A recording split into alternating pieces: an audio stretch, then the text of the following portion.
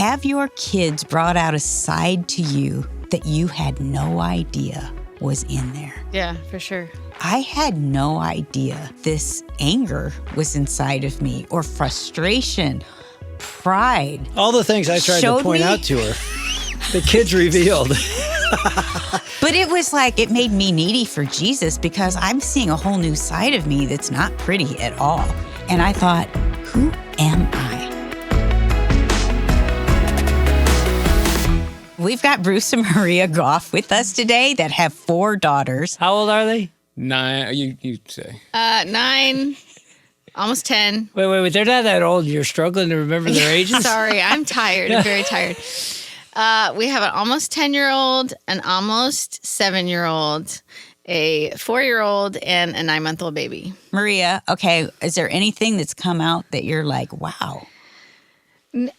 Like when you were saying that, I was actually thinking like I already had a temper problem before I had kids, and I knew it. I knew this was a struggle for me. This was just But the kids just ratcheted up to another level.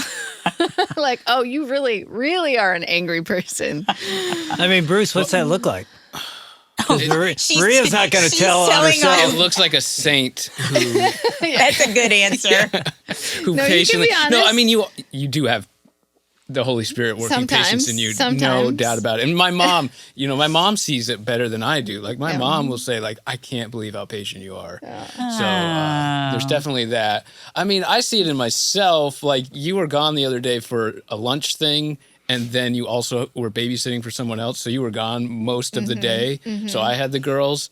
And when you got back, I was like, we got to figure something out, because I was being such a jerk to the kids, and I don't want to be that guy. What's that look like? Because they just either don't listen, or they are, careless.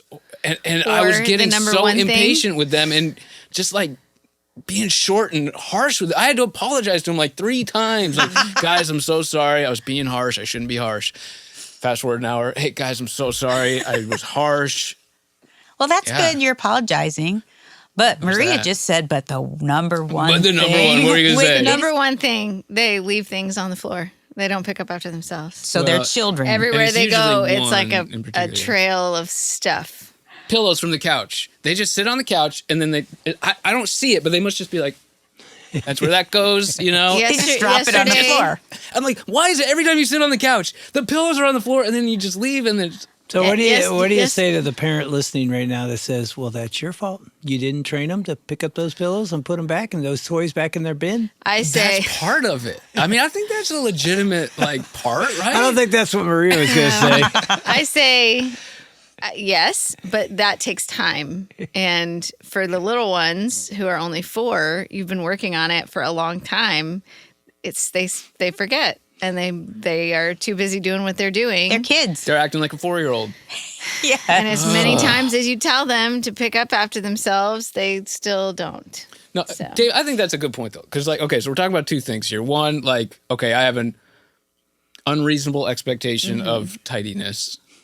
But then also, how much of that is that's your job to parent them and to help them do that. So it's like I'm confronted with, one, they're kids, and so I'm confronted with my sin of just I want everything my way. And then 2, my that's showing my lack of parenting them well, right? And now I'm reaping what I've sown or not sown. It also shows. No? Okay, maybe I'm wrong. That's not Okay. a lack of parenting. Well, okay. It also shows the overabundance of stuff Yeah. that they are required to manage. And most of which we didn't buy for them. True. Well, one of the things we thought we'd talk about is this interesting quote from a friend of ours, Dan Allender. He was on our Family Life speaker team for a few years back in the day, so we got to know Dan. He's a deep thinker, counselor, theologian.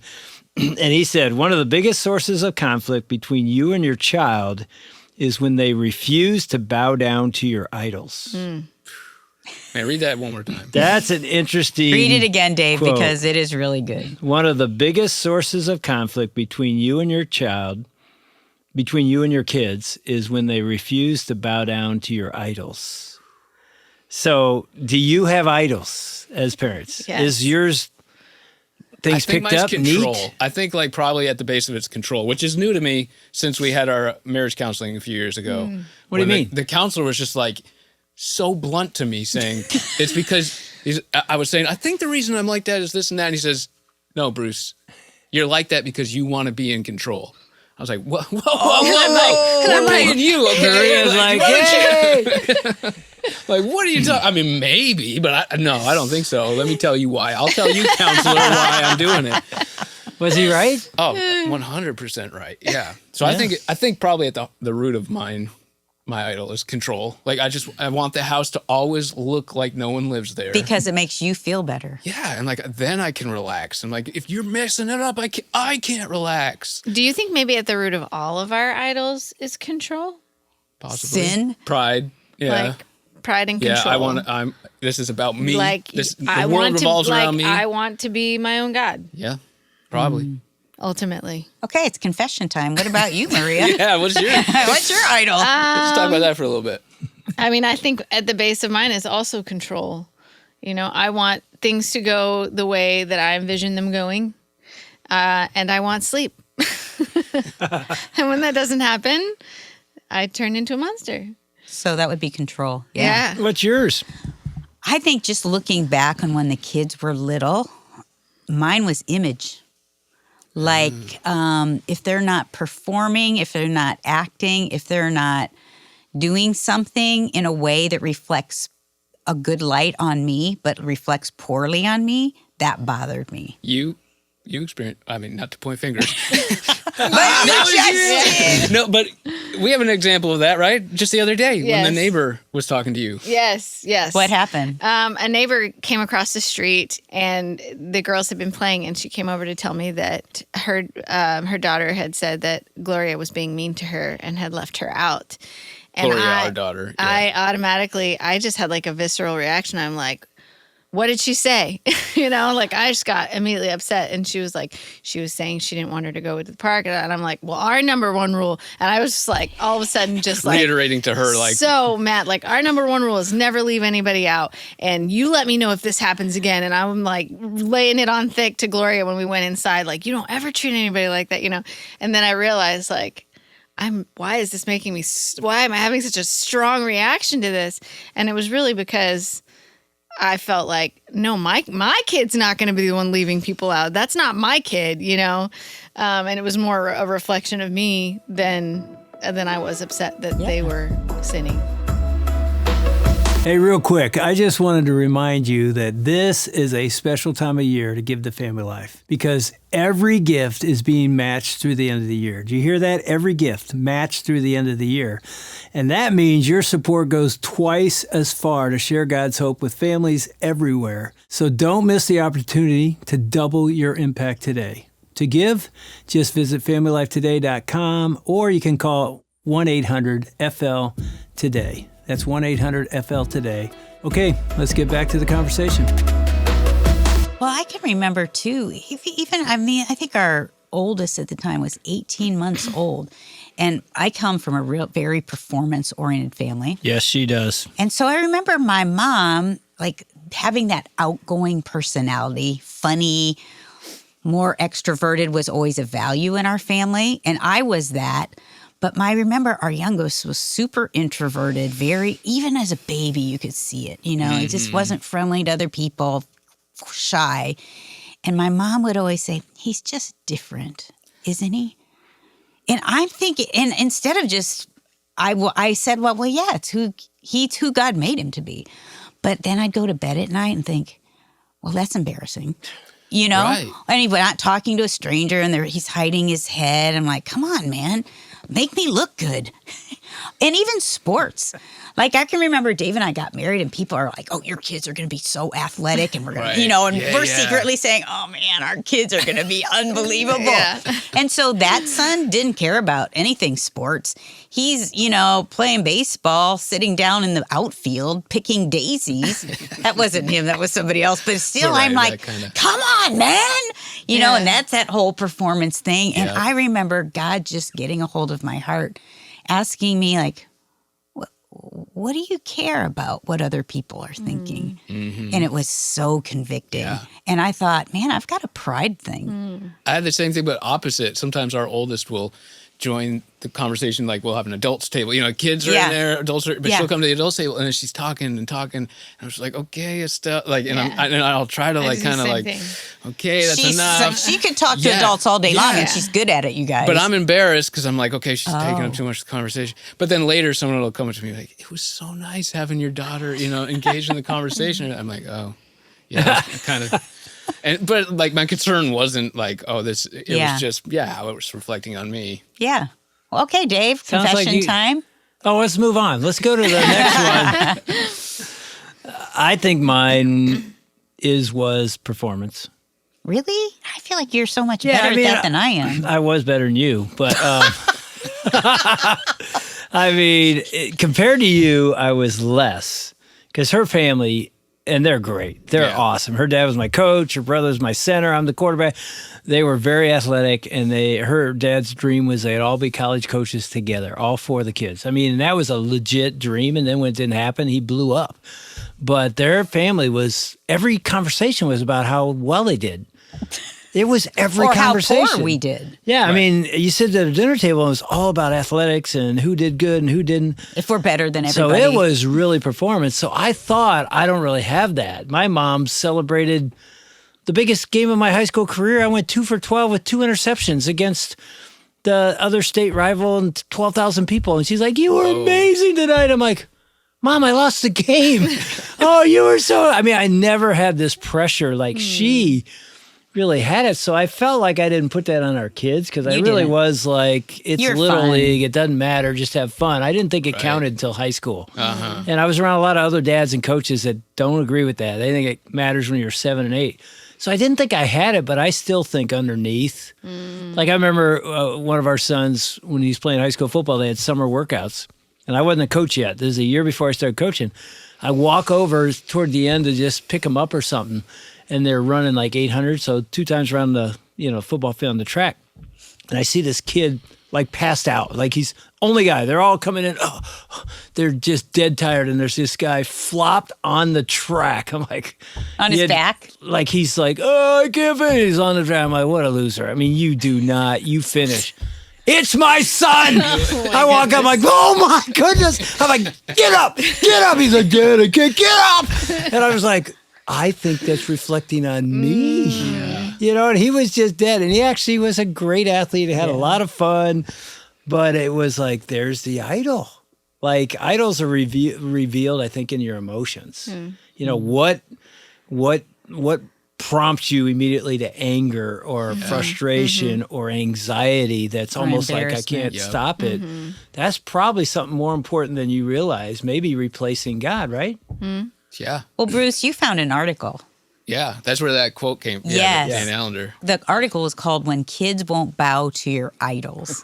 Why did that stick out in your mind? Because you're the one that found it. Yeah. Because I think that's what causes me to sin and sin towards them and be so harsh with them is like, how dare you not bend your knee, To my pretty much idol. to me, which probably ultimately is me, my happiness, my convenience. She talks about, man, she got real close to home in this one when she was talking about getting angry at her kids at bedtime because all she wants to do is go watch Netflix and eat ice cream, and the kid is having a problem, and it's just like, that is you're intruding on my territory now, kid, and I think you tell the kids sometimes like idols are whatever you're willing to sin to get. Oh, talk about that, so Maria. What do you mean by that? I will sin to get my, convenience or to get my way. I am going to lash out at you in anger. Yeah, I say if you're willing to sin in order to get that thing, then that means that's an idol in your heart. And then the other thing I say is we talk about first place. What's first place in your heart? If you're sinning because you can't have something or something's not going the way you want it, like that means that's so important that has become first place in your heart. Can you give an example that you remember about the girls? So video games is one for our oldest. So it's like if you are having a rotten attitude or you're pitching a fit, whatever it is, if you're sinning in order it could even be lying. in order to Well, get I haven't played 2 hours. I've Right. only played 10 minutes. Right. Oh, In you're order to get lying that to play thing, longer, yeah. Yeah. or if you are sinning because you can't have it, Yeah. you know, that's become an idol for you. And that probably means we need to take a break, you know? What do they say when you say that? They agree or they go with it. They don't.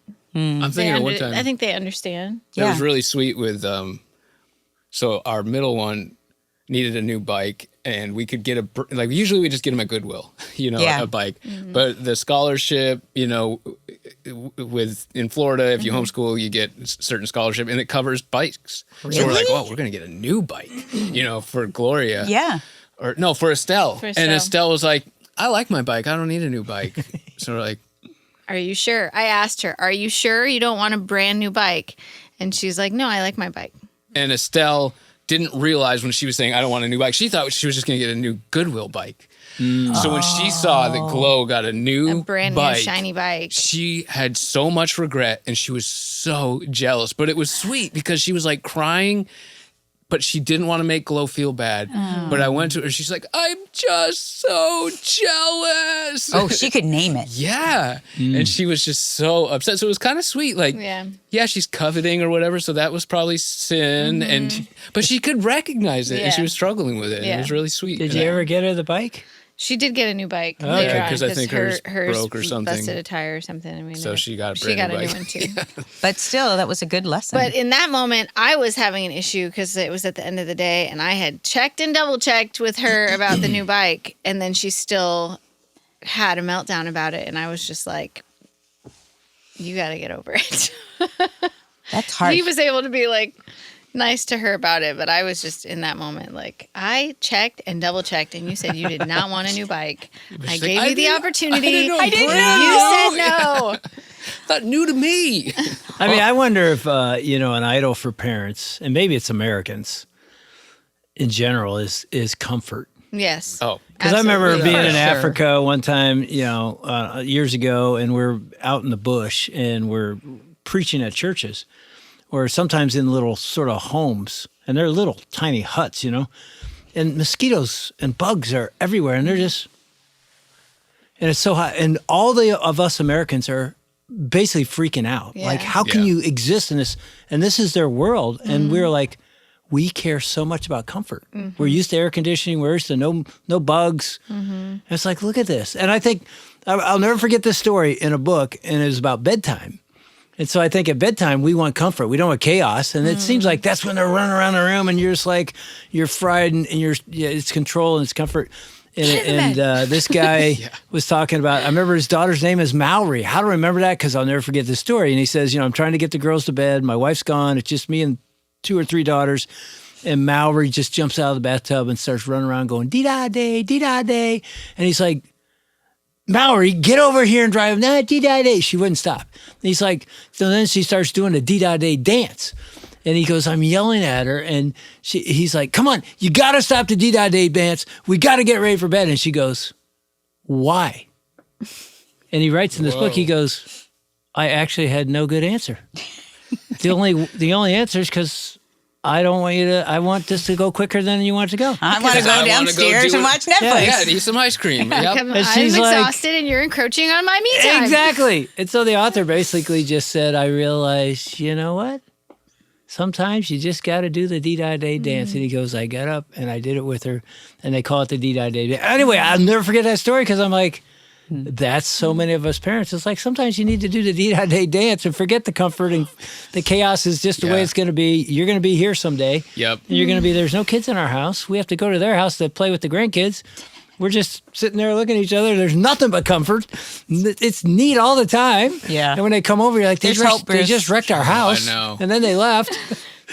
I mean, someday that's going to be over. So in some ways, seize the day, but I get it. I know. But that hits home hard. And I observed a family where the dad could be demanding at times.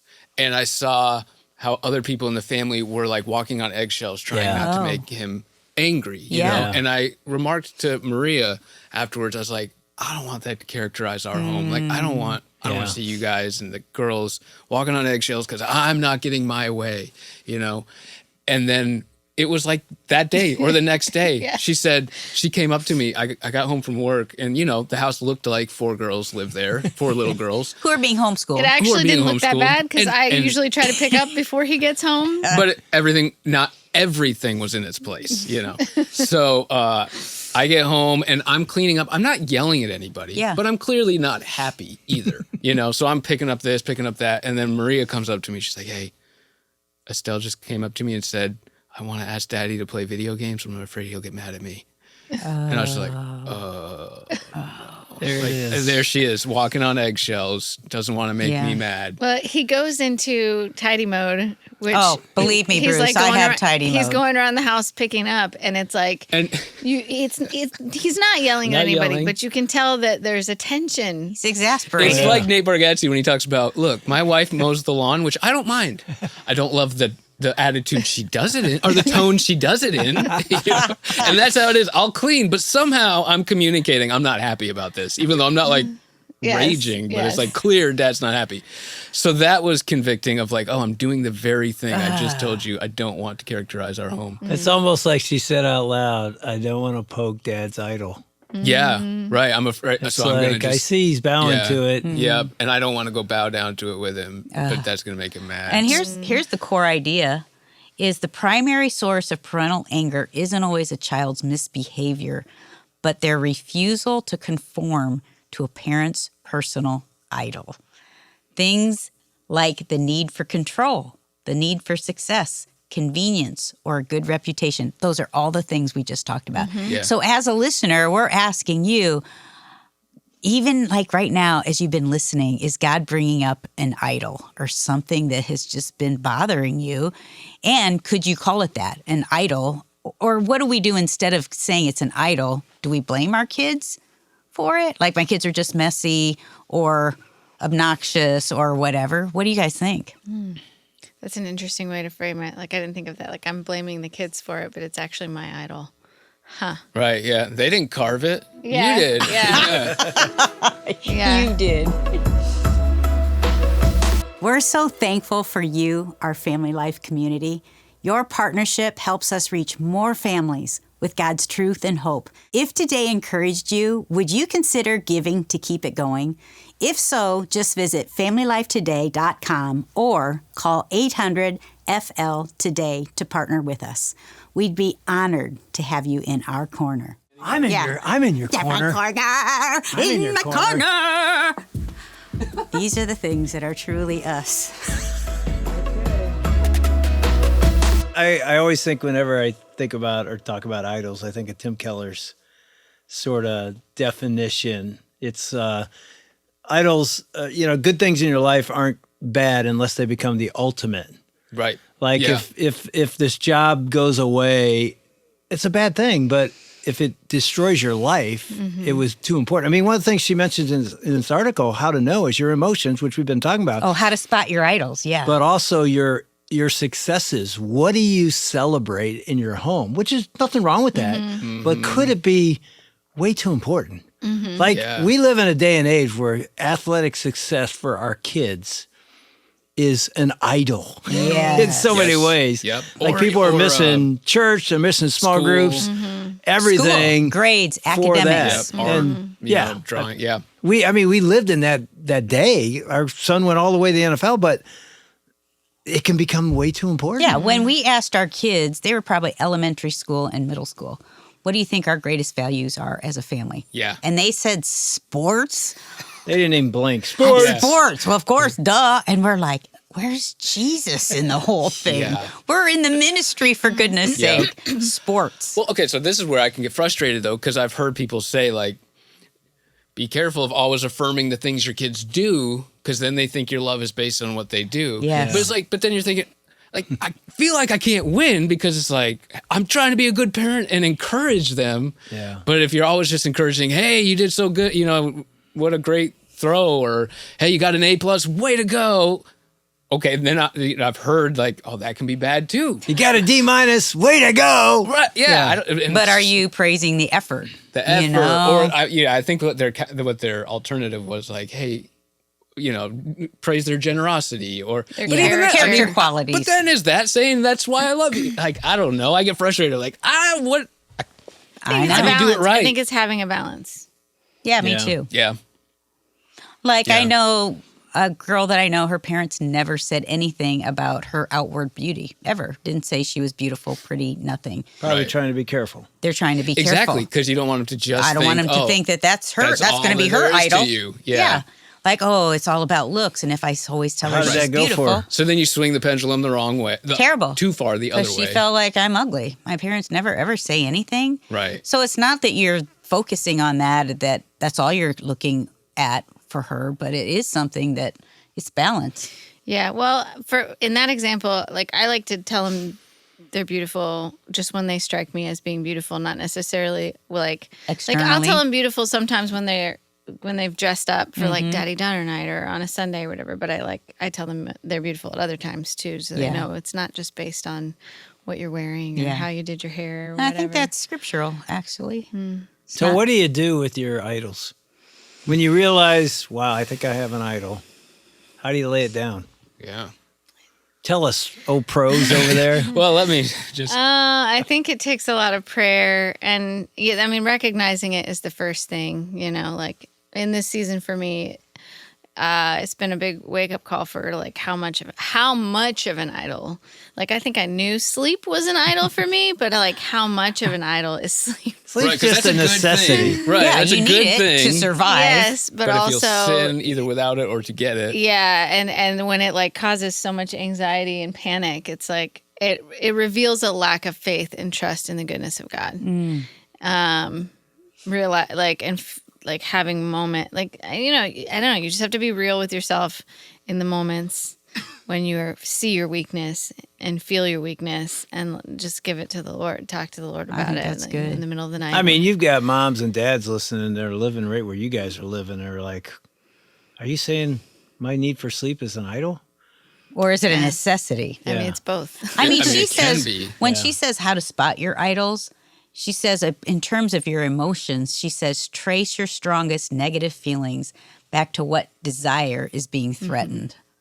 That's kind of what Yeah. Whoa. you're dealing Yeah. with. Well, okay. Well, I mean, that- for example, food is a necessity, but food can also be an idol. Yeah. Good things can be idols. Yeah. Our kids can be our idols. I was thinking on the drive over here about, have you guys ever seen the show Alone? no, but I've Where heard they about drop it. these people off in the wilderness and they have to survive, and the last man standing wins a cash prize. and they're like 3 miles apart each. So Yeah. they're all, alone. Yeah, I've Wow, heard that of it. sounds like a They fascinating they show. film It is themselves. very So there's fascinating. not a camera crew. They're filming They're themselves. filming So themselves. it's dangerous. So they are literally alone. And basically what have a it's- cell phone, though. They Basically can- when they what it tap turns into is who can starve the longest. Because they Wow. have to forage and hunt their How own long food. do they go? Months. 50 days up to like 100. One guy Months. made it What? over 100. Yeah. right, You your- don't know. your okay, point is this what? is going to turn into advertising. So I was you don't thinking know it- how many people are left. It's crazy. So you're Whoa. just, yeah. So I So was this thinking is parenting? about it. Is that what you're saying? Yeah. Where are you going with this? If I could finish. Whoa. Shots fired. What I was thinking about on the way here was about the show. On a particular season, there was a guy who was, a lot of times it's a challenge for them to get food. Some people bow out really early because they're not able to get enough food. And there was a guy on one of the seasons who had a lot of food, but he still ended up getting eliminated because he had so much food in his stored, but he wouldn't eat it because he was in this mindset of scarcity, and he just hoarded it and didn't end up eating enough on the regular to be able to maintain The his energy or- calories and yeah. his energy. Dried fish So he and was like, turkey or his whatever. physical state was so bad they had to eliminate him. And yet was he had an starving. abundance. Yet he Yeah. had an abundance. Ooh. And so I was thinking about that on the way here, thinking, we can get so fixated on the idol that we're actually doing damage to ourselves Yeah. instead of, living. Whoa. living. Well, and we have wow, that's good, Maria. Because, we have an abundance in the Yeah. Lord. Because, when you said something about desires not being met or something. It's like, that's how you kill an The idol. desires being threatened. That's how you Right. kill the idol, is you find your joy and your desires met Yeah. in Jesus. Through Yeah. Jesus. Yeah. Yeah. And he supplies it all. And then there's no need You're secure in him. I mean, Yeah. so much of it is an insecurity of, I'm going to lose my idol. I have to grip onto it so Right, tight. exactly. Well, it's interesting. As I've worked with women over the years in Bible studies and small groups, I'll say to them, what is the hardest thing for you to surrender to Jesus? Or I'll ask this too.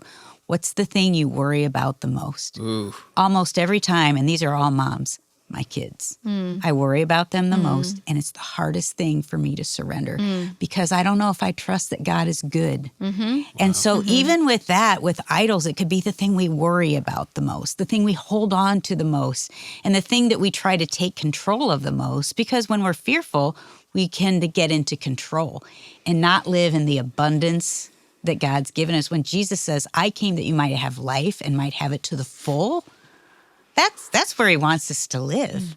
What is it in Romans 8 that says, how will he who didn't spare his own son but gave him up for us all, not with him give us all things? Yes. You know? And so it's looking to the cross. I mean, the same God who didn't spare his own son, you think he's not going to provide for every need that you have? Yeah. You know? And so, Maria, that's an awesome really good. illustration. What do you think the application is to parents as they're listening? Single moms. That's it. What? What Bruce just said. Keep your eyes on Jesus. Yes. Yeah. Yes. Well, and I was thinking too, when you said, how do you get rid of your idols? I mean, I think what we were kind of saying is we are our own idol, right? I mean, at the end of the day. Yep. And so, the parenting verse that you said like years ago is, unless, I think your sister sent you this, unless a seed falls to the ground and dies, it bears no fruit. And that's what we're called to, you know? Yeah. And that's the Christian life, not Yes. just as parenting. It's a funny Constant story. surrender. Yeah. It's a funny story because we had a friend who was writing a parenting book and she asked Evangela and my sister for a scripture. And my sister said that one. And the lady was like, that's not exactly what I was thinking. It's not really encouraging, but actually it is. It is. Take up your Because cross, when you're follow in those Jesus, die to moments self. where you feel like you're dying because you're not getting enough sleep, you're exhausted, you're stretched thin, you're not getting any time to yourself ever. The house is a disaster, whatever. You don't look like you thought you wanted to look because you've had kids, you know. Doesn't matter. You have Jesus. He's with me. Yep. He's with me. He's with me. Yeah, and I don't know if I'd add this or not. You can edit it out. But I think in some ways it's like lower or change the expectations too of your kids, especially in the little toddler ages. Because, you know, as a grandparent, sometimes when I'm with our kids, with the grandkids, and again, I haven't been there all day, so I don't know what mom's been through all day, but she's tired. She's and one of their kids will pull something out of the pantry and she's like, oh, what the? And I just want to go, what do you Wow, expect? shocking. This is exactly what's going to happen all day long. But I'm not living in her life, but there is that expectation that's not going to happen today. Right. Of course it's going to happen today. You Yeah, know, yeah. whereas somebody on the outside has been there, you're just Yeah. like, just expect They're just the kids. worst. And when it's better, okay. That's true. Yeah. Rather than expect the best, it's not going to ever go that way. That's what Bray Hansen said when you guys had him on for Unoffendable. He's Yeah. like, people that are like, I can't believe my mom did that again. He's like, well, you better start believing it because that's just how people are. Okay. Yeah. It's And it's same why we thing with need kids. Jesus. Yeah. I can't believe they did. Well, they're kids. Believe it. And then, that's great That advice. is Yeah. good. Well, guys, it's always great to have Bruce and Maria Goff. Thank you for the In the free studio. counseling. Appreciate it. Yeah. You counseled a lot of us. Thanks. Hey, thanks for watching. And if you like this episode, You better like it. just hit that like button. And we'd like you to subscribe. So all you got to do is go down and hit the subscribe. I can't say the word subscribe. Hit the subscribe button. I don't think I can say this word. Like and subscribe. Look at that. You say it so easy. Subscribe. There it goes.